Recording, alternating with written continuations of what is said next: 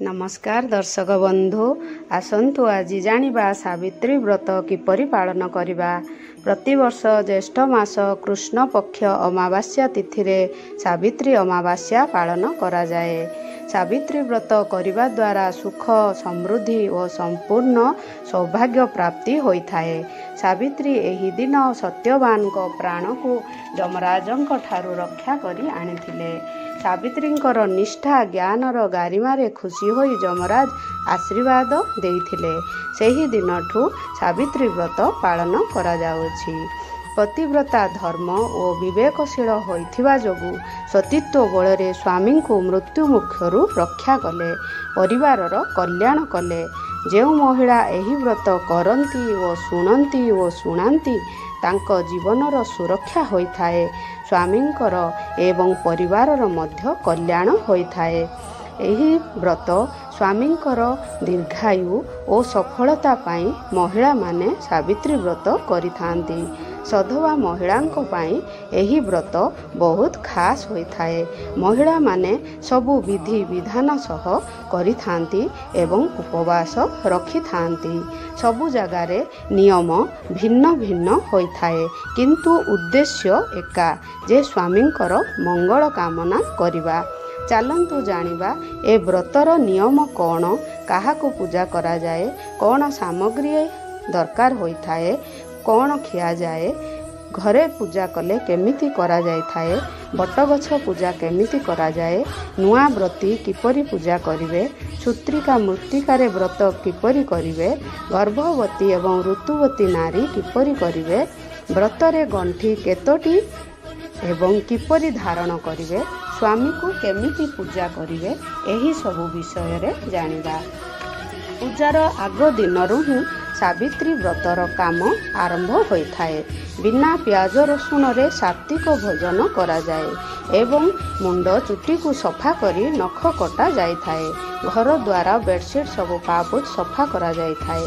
आग दिन एथिपाई प्याज रसुण खिया जाए नहीं, कारण आग दिनरू ही समस्त पूजा सामग्री को एकत्रित करी रखा जाय थाए, कारण पूजा दिन असुविधा होई न थाए। रगड़ा मुग को पूजा करा जाय थाए। रगड़ा मुग को आग दिनरू ही बोतरा जाय थाए, किंबा सकाळु जल्दी बोतरेई तार चोपा को छड़ा जाय थाए। ता पर दिन ब्रह्म मुहूर्तरू उठी बाल्टी रे गंगा जल, हलदी, कला राशि, टिके लुण पकाई गाधेबा उचित। गाधेबा परे सूर्य पूजा करा जाय थाए एवं तुलसी पूजा करा जाय थाए। तुलसी पूजा परे गोमातांकर पूजा मध्य करा जाय थाए। गोमातांको पूजा द्वारा सबु देवादेवी कृपा करिथांती। एही जेहेतु सधवांकर व्रत, तेणु सबु प्रकार अलंकार पिंधा जाय थाए एवं अलता पादरे लगा जाय थाए। चुट्टी रे फूल लगा जाय थाए। पाउंजी, झुंटिया, नेल पॉलिश लगेई पाद को सजा जाय थाए। आग दिनरू ही मेहंदी लगा जाय थाए। से दिन शंखा, सिंदूर, मंगलसूत्र कड़ा जाए नहीं। नुआ शाढ़ी जदि अच्छी पिंधा जाय थाए। जदि सफा वस्त्र पिंधिले मध्य चलिबो। घरे जदि किए गुरुजन अछंती तांकु मुंडिया मारी आशीर्वाद नहीं पूजा करिबा शुभ होई थाए एवं सरिबा परे मध्य मुंडिया करा जाय थाए। चालंतु जानिबा पूजा सामग्री। गोटिए थाली रे सबु प्रकार फल किंबा 5 प्रकारर फल सजेबा एवं अन्य एक थाली रे शाढ़ी, शंखा, सिंदूर, चूड़ी, टिकिली, व्रत, कजल जेते सबु आमर पूजा सामग्री आमे गोटे थाली रे सजेई रखिबा एवं अन्य एक थाली रे धूप, दीप, फूल एवं ब्राह्मणों पाई संचा और दक्षिणा सजेई रखिबा एवं बट गछरे बांधिया पाई रक्षा सूत्र बा मली रखिबा एवं हाथ रे परिधान करिवा पाई व्रत को मध्य जोगाड़ करी रखिबा। व्रत जदि धड़ा होइथाए ताहाकू हलदिया रे बुड़ेई ताकू हलदिया कलर करिबा एवं एही दिन शिव पार्वती को फोटो किंबा लक्ष्मी नारायण को फोटो पूजा करा जाय थाए। କିମ୍ବା ଶିଳ ଓ ଶିଳପୁଆରେ ହଳଦୀରେ ସାବିତ୍ରୀ ଓ ସତ୍ୟବାନଙ୍କର ଛବି ଅଙ୍କନ କରି ପୂଜା କରାଯାଇଥାଏ କିମ୍ବା ମନ୍ଦିରରେ ଯାଇ ପୂଜା କରାଯାଇଥାଏ। ଏବଂ ବରଗଛ ଯଦି ଘରେ ପୂଜା କରୁଛନ୍ତି ତେବେ ଗୋଟେ ଡାଳ ଆଗ ଦିନରୁ ହିଁ ଆଣି ଫୁଲ କୁଣ୍ଡରେ ରଖି ପୂଜା ଘରେ ପୂଜା କରାଯାଇଥାଏ। ସମସ୍ତ ପୂଜା ସାମଗ୍ରୀ ପୂଜା ସ୍ଥାନରେ ରଖାଯାଇଥାଏ ଏବଂ ପ୍ରଥମେ ଠାକୁରଙ୍କୁ ଆବାହନ କରାଯାଇଥାଏ ଏବଂ ସ୍ଥାପନ କରିବା ପରେ ପୂଜା କରାଯାଇଥାଏ। ପ୍ରଥମେ ଆମେ କଳସ ସ୍ଥାପନା ପାଇଁ ପ୍ରସ୍ତୁତ କରିବା। ଆମ୍ବ ଡାଳ ପ୍ରଥମେ ନେଇଯିବା। ଆମ୍ବ ଡାଳରେ ହଳଦୀ ଏବଂ ଚନ୍ଦନ ମିଶାଇ ସିନ୍ଦୁର କିଛି ଲଗାଇଦେବା ଏବଂ କଳସରେ ପ୍ରଥମେ ଗଙ୍ଗା ଜଳ ଦେଇ ହଳଦୀ, ଗୁଆ, କିଛି କଏନ୍, ହଳଦିଆ ଚାଉଳ, ଅତର ବାସ୍ନା ନିମନ୍ତେ ଦିଆଯାଇଥାଏ ଏବଂ ନିଜ ପସନ୍ଦ ଅନୁସାରେ ବାକି କଉଡ଼ି, ଗୋମତୀ ଚକ୍ର ଦେଲେ ମଧ୍ୟ ହୋଇଥାଏ। ପ୍ରଥମେ ତଳେ କିଛି ଚାଉଳ ରଖିଦେବା। ଅଷ୍ଟଦଳ କମଳ କରିବା ପରେ କଳସ ରଖି କିଛି ଗଙ୍ଗା ଜଳ ରଖି ଏହି ସମସ୍ତ ଦ୍ରବ୍ୟ ପକାଇ ଆମେ ଆମ୍ବ ଡାଳ ରଖି ପୂଜା କଳସ ସ୍ଥାପନ କରିବା। କଳସ ସ୍ଥାପନ ଦ୍ୱାରା ଅଧା ପୂଜା ଆମର ହୋଇଯାଇଥାଏ।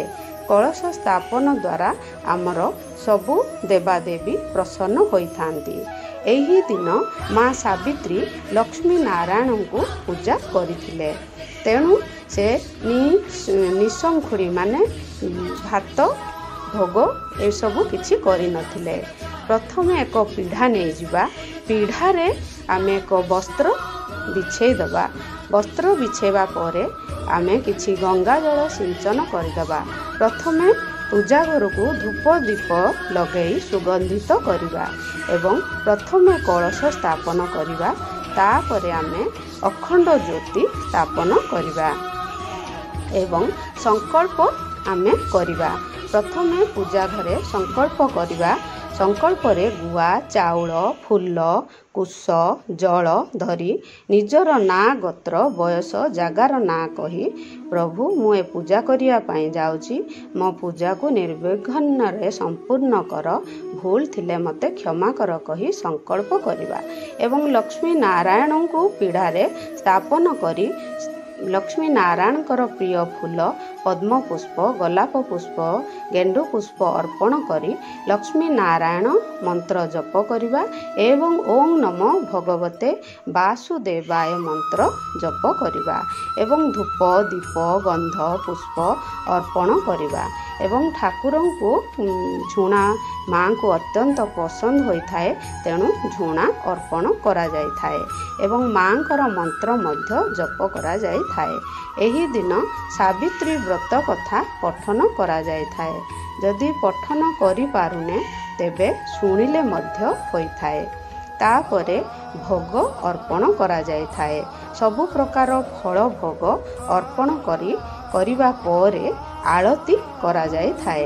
ଆଳତି କରିବା ପରେ ଠାକୁରଙ୍କୁ କିଛି ପୋଛି ତାଙ୍କୁ ଟିକେ ମୟୂର ପୁଚ୍ଛରେ ବିଞ୍ଛା ଯାଇଥାଏ ଏବଂ ଯଦି ଆପଣ ହାତରେ ବ୍ରତ ପିନ୍ଧୁଛନ୍ତି ତେବେ ଲାଲ କିମ୍ବା ହଳଦିଆ ରଙ୍ଗର ବ୍ରତ ଆଣନ୍ତୁ ଏବଂ 7ଟି ଗଣ୍ଠି ପକାନ୍ତୁ ଏବଂ ପୂଜା ଘରେ ପୂଜା କରିବା ପରେ ତାକୁ ଡାହାଣ ହାତରେ ପିନ୍ଧନ୍ତୁ।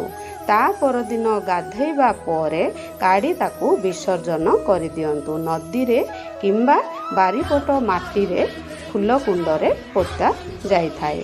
ସମସ୍ତ ସିଙ୍ଗାର ସାମାନକୁ ଠାକୁରଙ୍କୁ ଛୁଆଇ ଆଣି ନିଜେ ପିନ୍ଧା ଯାଇଥାଏ। ଭୋଗ ପୂଜା ପରେ ଘରର ସଦସ୍ୟଙ୍କୁ ଦିଆଯାଇଥାଏ। ଠାକୁରଙ୍କୁ ସନ୍ଧ୍ୟା ପୂର୍ବରୁ ଉଠାଇ ଟିକେ ଘୁଞ୍ଚା ଦିଆଯାଇଥାଏ ଏବଂ ଯଦି ଆମେ ମନ୍ଦିରରେ କରୁଛେ ତାହେଲେ ପ୍ରଥମେ ଯଦି ଯିଏ ସାବିତ୍ରୀ ବ୍ରତ କରୁଛି ସେ ବ୍ରାହ୍ମଣଙ୍କ ଠାରୁ ପ୍ରଥମେ ସଂକଳ୍ପ ନେବେ, ତାପରେ ପୂଜା ଆରମ୍ଭ କରିବେ। ବାକି ସବୁ ସେମ୍ ରହିବ। जदि मंदिर रे करूचंती ठीक सेही भली दुईटी जगार व्यवस्था करिवे। गोटे जगार फलमूल अन्यटी सिंगार सामान धूप दीप ब्राह्मण पाई संचा। मंदिर रे प्रथमे धूप दीप लगाई पुष्प अर्पण करिवे एवं समस्त पूजा सामग्री सजाई रखिवे एवं ब्राह्मणों मुखरु सावित्री व्रत कथा शुणिबे। ब्राह्मणों मुखरु सावित्री व्रत कथा शुणिबा अत्यंत पुण्यमय होइथाए एवं शुणिबा परे भोग आरती दर्शन करी ब्राह्मणों को संचा देई आशीर्वाद नेबा। एही दिन जेते सिंगार सामान देबे दान करिवे सेते पुण्य होइथाए जहा दान करिवा आर जन्म रे हमको मिलिथाए। ब्राह्मण पत्नी को मध्य सिंगार सामान अर्पण कले शुभ होइथाए। जेते गुरुजन महिला भौणी थिबे समस्त को मुंडिया मारी आशीर्वाद निया जाए। परस्पर को मथारे सिंदूर लगा जाए एवं चूड़ी रे सिंदूर लगा जाए। शंखा सिंदूर वज्र रहु बोली कुहा जाई थाए एवं समस्ते सेठी परस्पर को सिंदूर लगेई खुशी रे समस्ते एकाठी होई माँ लक्ष्मी नारायण को पूजा करी बट वृक्ष को पूजा करी थांती एवं बट वृक्ष एही दिन पूजा करिबा अत्यंत शुभ होइथाए। बट वृक्ष रे प्रभु कृपा थाए त्रिदेवंकर कृपा थाए। एही बट गछ पूजा करा जाय थाए। बट गछ को पूजा करिबा जोगु ताकू बट सावित्री व्रत बोली मध्य कुआ जाय थाए। बट गछर बहुत महत्व रहिछि।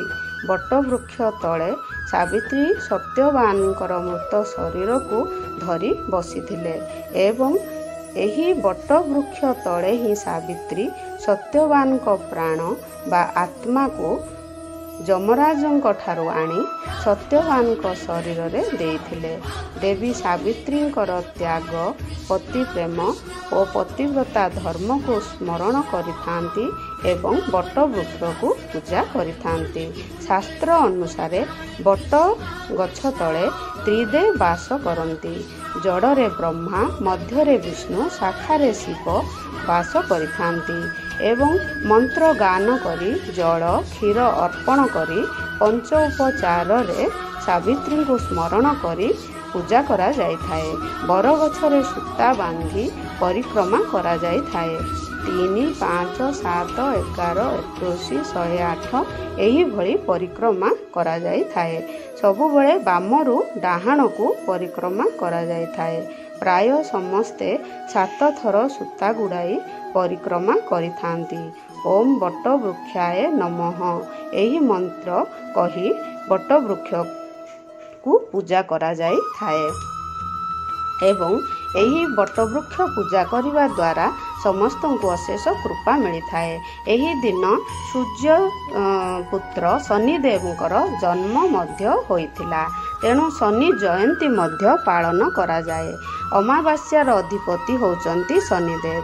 अमावास्या दिन सबु कला राशि कला जिनिस दान करिबा पितृश्राद्ध करिबा पुण्य मिलिथाए एवं जमराजु को मध्य एही दिन पूजा करा जाई थाए। जमराजु को पूजा करिबा द्वारा पति बा स्वामींकर दीर्घायु होइथांती। तेणु एही दिन शनिदेव एवं जमदेव एही दुहे दुई भाई को पूजा करा जाई थाए। एही दिन आमिष पियाज रसुण पिता कषा रंधा जिनिस भात खिया हुएनी एवं लुण मध्य खिया हुएनी।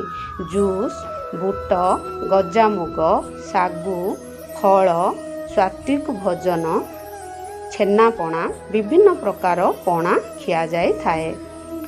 छेनापणा खाइबा द्वारा आमको टिके गरिष्ठ खाद्य हेबारु भोक लागि न थाए।